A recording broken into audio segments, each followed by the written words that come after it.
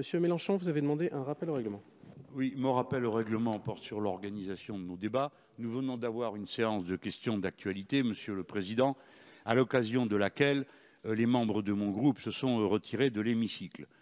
En effet, si vous vous en souvenez, le premier intervenant posant sa question au Premier ministre intervenait sur le fait qu'il avait été matraqué dans une rue de Bordeaux à la marge d'une manifestation.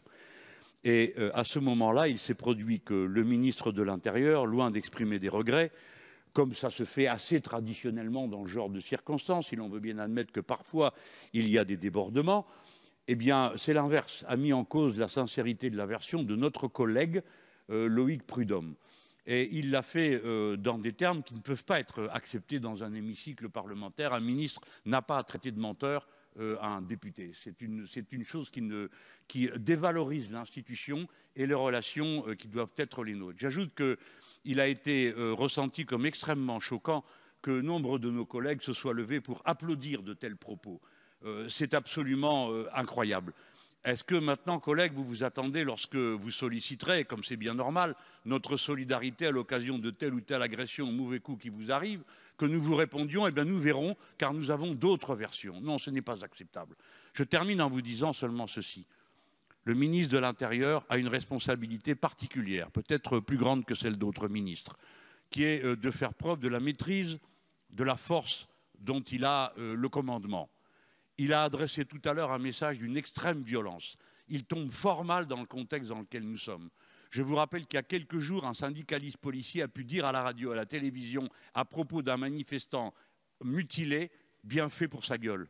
On ne peut pas vivre ensemble avec de telles conceptions des rapports mutuels. Je déplore et je dénonce, et je vous demande de dire au président de notre Assemblée qu'il n'est pas acceptable que le ministre de l'Intérieur envoie un message qui crée un trouble ou donne le sentiment qu'on puisse légitimer de frapper un député. C'est une chose qui ne s'est jamais vue dans notre pays et dont j'espère qu'on ne la reverra plus jamais.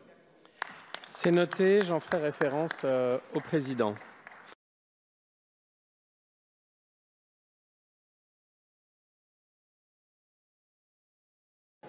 La parole est à Monsieur Loïc Prudhomme.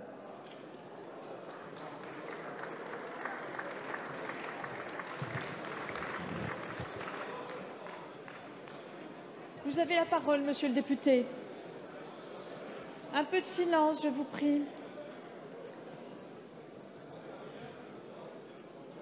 Monsieur le député, vous avez la parole. Merci, Madame la Présidente.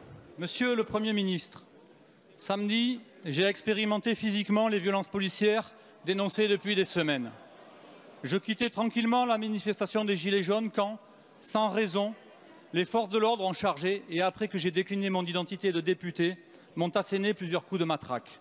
Ceci est révélateur de la dérive autoritaire de votre gouvernement. Chaque samedi, de plus en plus de citoyennes et citoyens pacifiques sont frappés, mutilés, mis en garde à vue, avec une doctrine de maintien de l'ordre qui ne fait qu'exacerber la violence.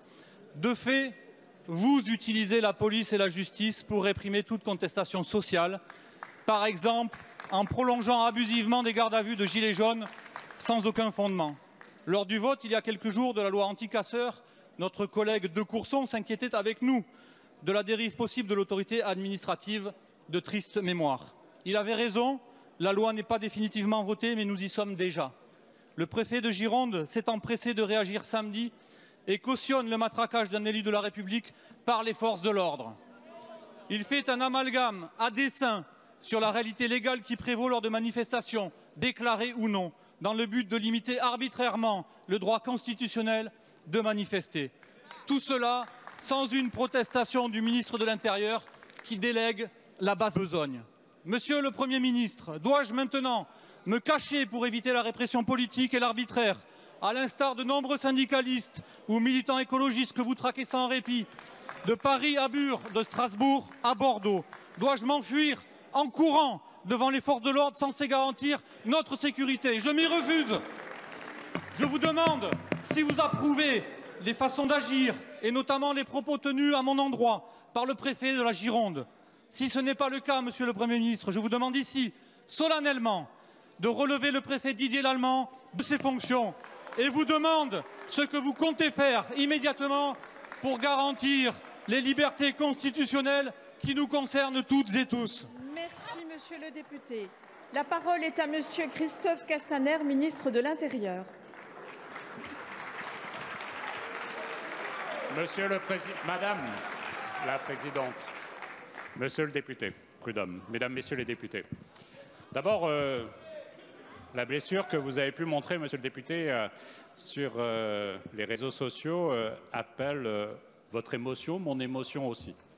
Mais il faudrait revenir sur les faits tels que vous les évoquez, mais tels qu'ils me sont aussi rapportés, qu'ils l'ont été par les forces de police. Et Monsieur le député, tels qu'ils ont été aussi filmés par les forces de police, et je vous le dis tout de suite au début de ma réponse, si une plainte était déposée, cela permettra à celles et ceux qui seraient mis en cause de pouvoir produire l'ensemble des images qui sont à leur disposition et de voir aussi une réalité un peu différente de celle que vous évoquez. Mais il est essentiel, Monsieur le député, de rappeler ce dont nous parlons. Samedi dernier, à Bordeaux, comme cela se produit depuis de trop nombreuses semaines, à la fin de la manifestation, celle-ci a été maillée d'incidents. C'est hélas classique à Bordeaux, vous le savez, des dégradations sur la place Pleyberland, des bris de vitres des abris du tramway, des jets de projectiles en direction des forces de l'ordre ou des jets d'excréments, d'ailleurs à Bordeaux. Et comme leur avait demandé le préfet de Gironde, sous mon autorité que j'assume pleinement, les forces de l'ordre ont organisé la dispersion de la manifestation de la manière la plus rapide possible, afin d'éviter que les violences constatées au fil des semaines écoulées se reproduisent. Et notamment, Monsieur le député, en interdisant la manifestation dans la rue où vous vous trouviez, non pas ceint d'une écharpe bleu-blanc-rouge, mais d'un gilet jaune.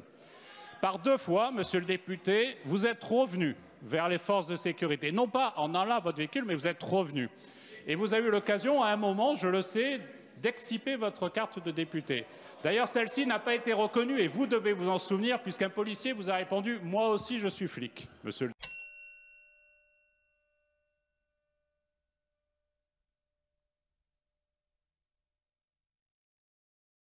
Monsieur le député. Et sur ces bases, il y a eu une confrontation physique que je regrette. Mais ce à quoi je veux vous inviter, Monsieur le député, c'est que nous devons toute la transparence, à la fois à la représentation nationale, mais aussi à l'opinion publique. Et très clairement, il me semble que ce n'est pas la place d'un député que d'être dans un lieu interdit pour une manifestation.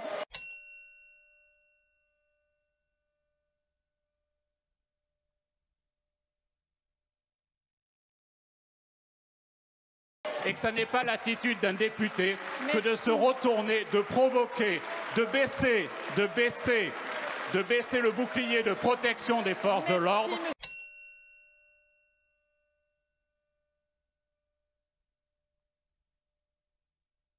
Et qu'il me semble qu'un échange avec nos hommes devrait nous permettre d'avancer dans la bonne direction. Voilà, Monsieur le député.